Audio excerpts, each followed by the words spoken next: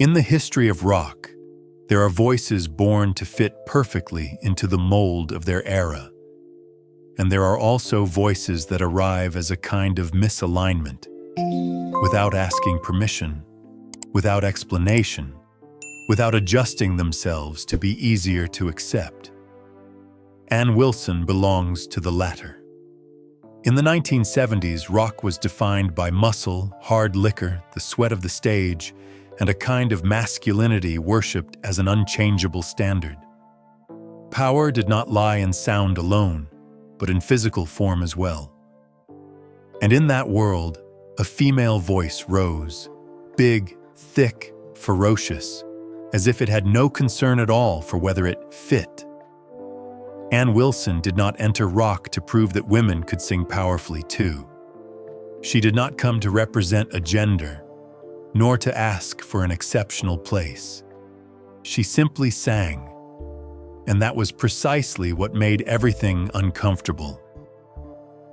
Because when a voice is strong enough to drown out every prejudice, the questions begin to change direction.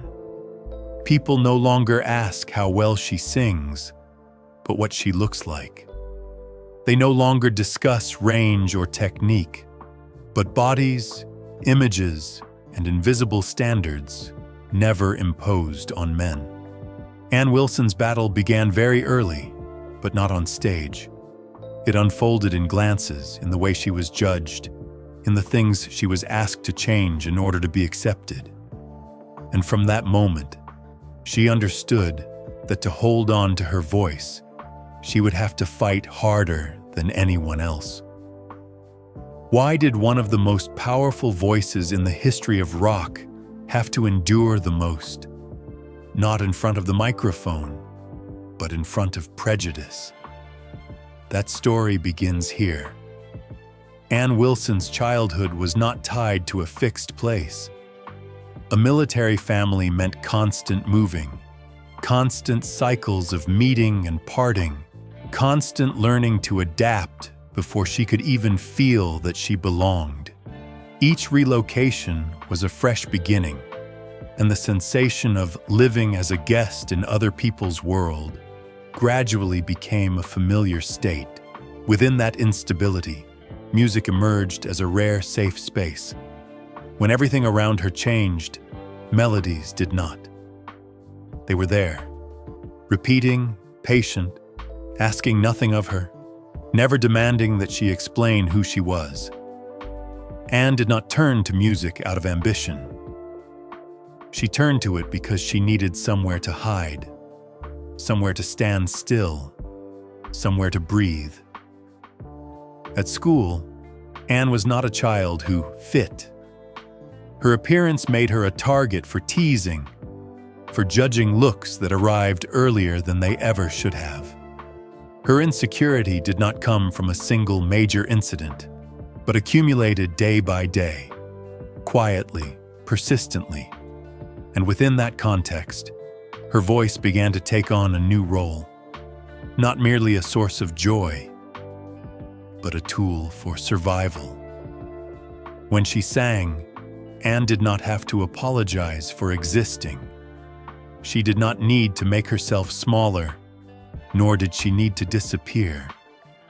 Her voice allowed her to occupy space in a way everyday life did not permit. It taught her that strength does not necessarily have to take the form the world is accustomed to seeing. The musical influences Ann absorbed also did not sit within clear boundaries. Classic rock, folk, blues, all blended together without labels of for women or for men. For Ann, music never had a gender.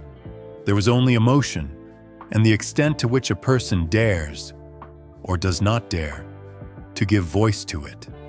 It was precisely from an unstable childhood, one that never quite fit the mold, that Ann Wilson learned an essential lesson. If there is no place waiting for you, you have to create one yourself. And that voice, very early on, was born to do exactly that. When Ann Wilson and Nancy Wilson stepped onto the professional path together, They were not simply forming a band.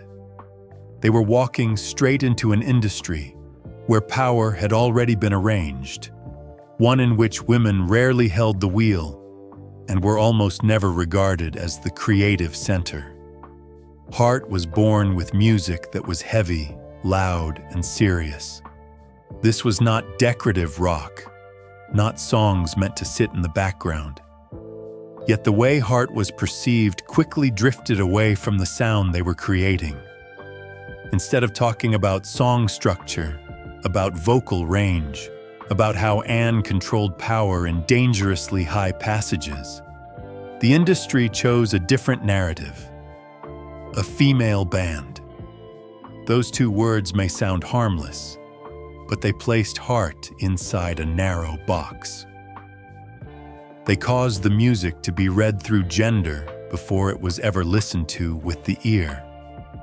And Anne Wilson became the focal point of a kind of scrutiny that her male contemporaries almost never had to face. People talked about appearance, about the body, about how a voice that was too powerful did not come with an image considered proper. The press rarely asked questions about Anne's vocal technique.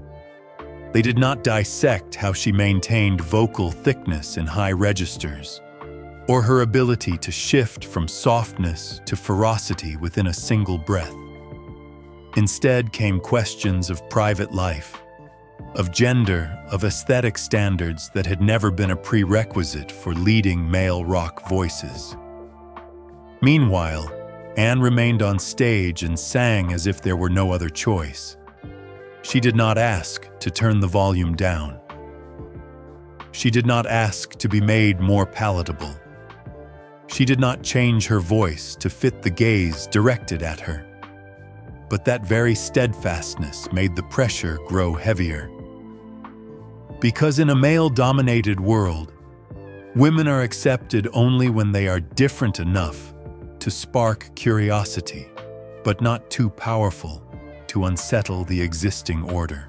The birth of Heart, therefore, was not merely a story of early success. It marked the beginning of a prolonged confrontation, one in which talent had to constantly defend itself against standards that were never applied fairly. And Anne Wilson, from this early stage, already understood that her voice would not be measured by sound alone, but also by its capacity to endure. At a certain point, all debates surrounding gender, image, or fit began to lose their meaning. Not because prejudice disappeared, but because the music had gone too far to be ignored. Heart's songs flooded the radio with an unmistakable energy, and at the center of it all was Anne Wilson's voice. A voice that was not only powerful, but precise, disciplined, and deeply intentional. Anne did not rely on showmanship. Her range was wide, but what set it apart was the way she maintained thickness in perilous high notes, where many singers choose to shout in order to conceal their limits. With Anne, there was no fragmentation. There was control. There was force driven from the body, but guided by technique and emotion. Each ascent into the high register was not to prove ability, but to continue telling the song's story. In the context of 1970s rock, where power was often tied to masculine imagery and a dominant stage presence, Anne Wilson offered a different definition. She did not need to brace herself, did not need to perform toughness according to familiar standards. Her strength lay in her ability to occupy an entire space with sound, in the way a single voice could compel a hall to fall silent before erupting. Gradually, comparisons began to appear, at first implicit, then unavoidable. Anne's voice was placed alongside the leading male vocals of the era, and what unsettled many was this: the comparison was entirely fair. She did not stand below them. In many moments, she rose above. not because she tried to overpower, but because that voice carried enough weight to assert its own place. This breakthrough did more than elevate Heart to a new level in their career. It forced rock history to acknowledge a reality many had previously avoided. Power in rock has no gender. It either exists or it does not. And Ann Wilson proved this not through declarations or symbols, but through every song sung in full. Every time she stood on stage without asking anyone's permission to exist. From that moment on, Ann was no longer spoken of as an interesting exception. She became a new standard, a great voice in rock with no asterisk attached. Yet precisely when the music itself could no longer be denied, the conflict shifted elsewhere, quieter, less direct, and cruel in an entirely different way.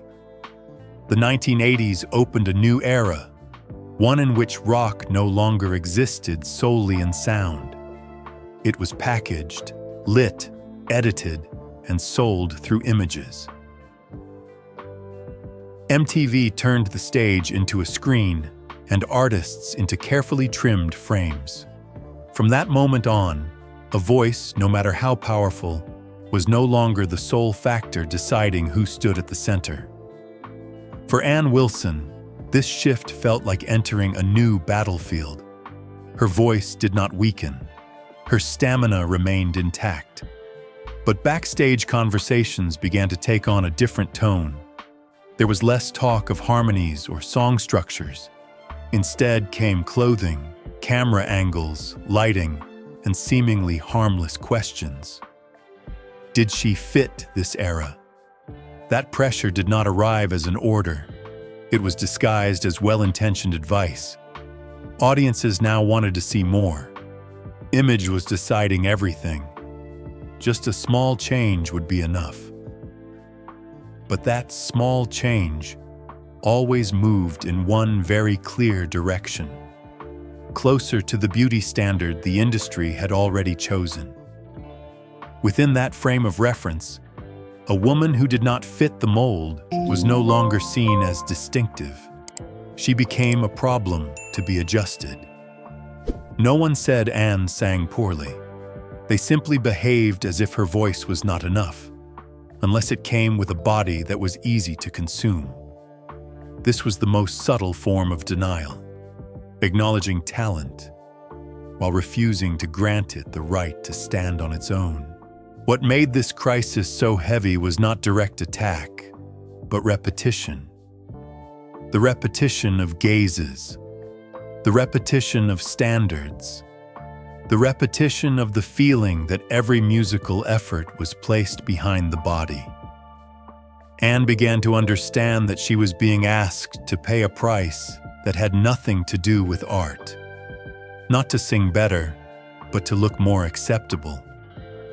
This was not a career crisis in the conventional sense. Ann did not lose her position because of creative failure. She faced a deeper conflict, when talent must negotiate with social norms in order to continue existing. In that conflict, the artist is not excluded for doing something wrong, but for refusing to shrink herself to fit the frame. This battle took place off stage, but its consequences seeped inward. It eroded the sense of belonging, turning every public appearance into an act of self-interrogation. And it was during this period that Ann Wilson began to realize that to protect her voice, she would sometimes have to do the hardest thing of all: withdraw from spaces that no longer allowed her to be herself. There was a period when silence enveloped Ann Wilson, not because she had lost her voice, but because that voice had been forced to carry far too much beyond music. Her body began to react to years of prolonged strain. Health, weight, psychology, all became subjects of scrutiny, interpretation, and labeling, while the most important thing remained intact. Her voice had never disappeared, but the right to be herself had.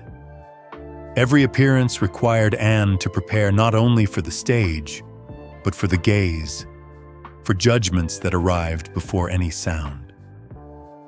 The body, once merely the vessel through which the voice existed, was pushed to the forefront. And when an artist is compelled to think about her body more than her music, creative freedom begins to contract. Those years were not loud. There was no public collapse, only exhaustion accumulating day by day. Tired of having to prove she was still worthy. Tired of explaining things that had never needed explanation. Tired of existing in a space that constantly reminded her she was outside the norm. Anne did not lose her voice. She lost the sense of safety in using it. And that was a far deeper wound. Because when the voice is no longer a refuge, the artist is forced to find another way to preserve herself. For Anne, that way was not trying harder, nor yielding to demands that were eroding her. She chose to withdraw. The crucial point lies here. Anne Wilson did not disappear out of weakness. She did not step away from the spotlight because she could not endure professional pressure. She withdrew because she understood that if she continued, the price would not be image alone, but identity. Withdrawal, in this case, was not failure. It was an act of survival. In that silence, Anne protected the most essential thing she possessed. Not fame, not position, but the possibility that one day she could return and sing, not to prove anything, but to be herself once again. Anne Wilson's return was not marked by a loud comeback or a campaign to reclaim her glory. It unfolded quietly, almost calmly, as if she no longer regarded the spotlight as something to be conquered. Anne stepped onto the stage with a different state of mind, no longer asking permission, no longer checking whether she fit the frame. She stood there and began to sing. The most noticeable change was not in the high notes or the power of her voice, things that had long been there, but in the way Anne was present. She no longer tried to soften the sound to make it more palatable, no longer adjusted her body to be easier to look at. What remained was her original voice, thick, expansive, and ferocious in a profoundly human way. There were the abrasions of time. There were longer silences. But it was precisely these things that made the voice freer than ever before. Anne did not sing to prove that she was still fit for rock. She sang as someone who had passed through a period of distorted identity and decided not to repeat it. Each song was no longer a performance, but a declaration. I am here, on my own terms. No need to ask the market's permission. No need to explain herself to the gaze. That freedom carried a meaning larger than the personal. In an industry that once forced women to choose between talent and image, Anne Wilson appeared as a living answer. You do not need to be beautiful by prescribed standards to be heard. You do not need to make yourself smaller in order to last. What you need is honesty with your own voice and the steadfastness to protect it when you are asked to change. For the women artists who came after, Anne's story opened a different path. Not the fastest path, nor the most comfortable one, but a resilient one. A path where value does not come from immediate acceptance, but from not losing oneself in the process of being seen. Anne did not become an icon because she was perfect. She became one because she no longer allowed any mold to dictate how her voice was allowed to exist. This return, therefore, was not a chapter of image rehabilitation. It was an act of redefinition. Anne Wilson did not come back to reclaim what had been taken from her. She came back to assert that from this point forward, Her voice would no longer have to negotiate with prejudice. And this time, she stood on stage without asking anyone's permission. The legacy Ann Wilson leaves behind does not lie in a specific record, nor is it confined to a single golden era. It resides in a quiet but enduring shift in how rock perceives the female voice. Before Ann, women in hard rock and classic rock were often seen as exceptions, either decorative highlights or passing phenomena. After Ann, that was no longer true. Her voice redefined the place of female vocalists within a genre built on images of masculine power. Not by imitation, not by proving that women can do what men do, but by existing fully with her own timbre. Ann did not soften rock to suit femininity, nor did she cloak herself in borrowed masculinity. She stood in the space between, where strength is measured by sound, not by form. That influence spread far beyond Heart's music. It created a precedent that a female voice could be both ferocious and serious. That technique, emotion, and stage presence are the true measures of value, not whether an artist is pleasing to the eye. And more importantly, that power in rock carries no gender. It simply needs to be allowed to rise. Looking back at the entire journey, the central question of the story gradually finds its answer. Ann Wilson is not an invincible woman because she never knew pain. On the contrary, she endured enough pressure, enough wounds, enough years forced to exist within molds that were never meant for her. What makes her invincible lies in her final choice, not allowing those prejudices to determine the value of her voice. Ann's legacy, therefore, is not the image of a flawless legend. It is the image of a voice that passed through prejudice without being shaped by it. A voice that was doubted, bent under pressure, but never silenced. And that, above all, is the most enduring victory rock has ever witnessed. In the end, when looking back on the entire journey, Ann Wilson's story can be distilled into something very simple. A voice that has existed long enough to no longer need to prove anything.